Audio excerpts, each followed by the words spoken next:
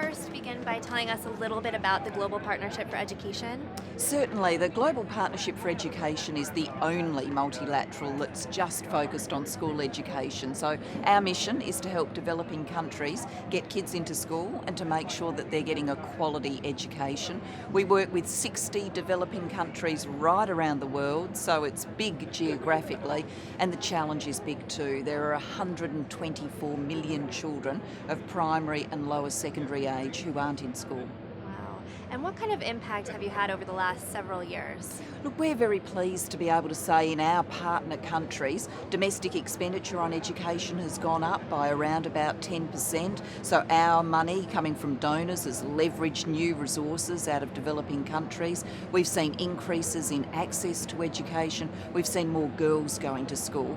So we shouldn't forget how far we've come. Under the Millennium Development Goals, we've increased the number of kids in primary school, but there's still the rest of the journey to travel. Well, as you know, the UN just formally signed the Sustainable Development Goals. What do you think Australia's role will be in achieving these goals? I think Australia's role, like the rest of the world, is to, put all of our shoulders to the wheel and make sure that we don't just celebrate the moment that the goals were adopted, but we actually do the hard work of implementing them, of making sure they're achieved in every country in the world.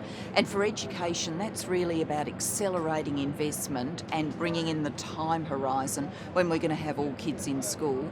Current rate of change, we won't see sub-Saharan African girls going to primary and lower secondary school until 2111.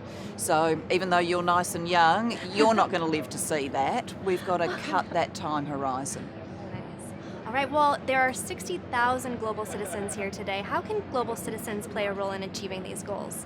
Global citizens can hold governments to account and can urge governments on. It matters so much that governments commit real resources to development and change, that the private sector takes its obligations seriously, and the global citizens gathered here in their thousands have got the power and the voice to make that kind of impact on governments around the world.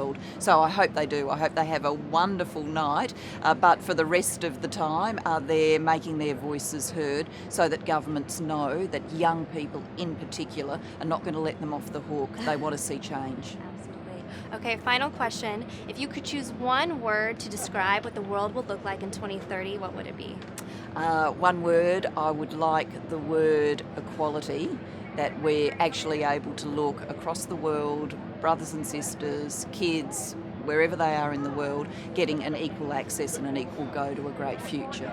Great, me too. Well, it was an honor to meet you. Thanks so much for being here with us today. Thank you. Thank you very much. Bye.